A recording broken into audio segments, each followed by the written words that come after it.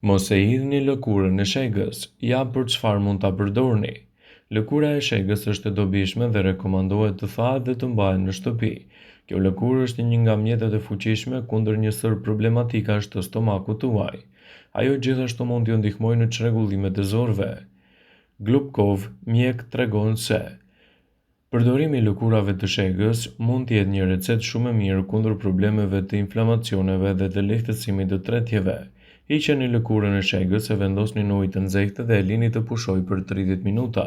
Pini një filxhan nga ky çaj nëse keni probleme me tretjen. Gjithashtu, lehtësimet do të jenë vërtet të dukshme brenda disa minutash.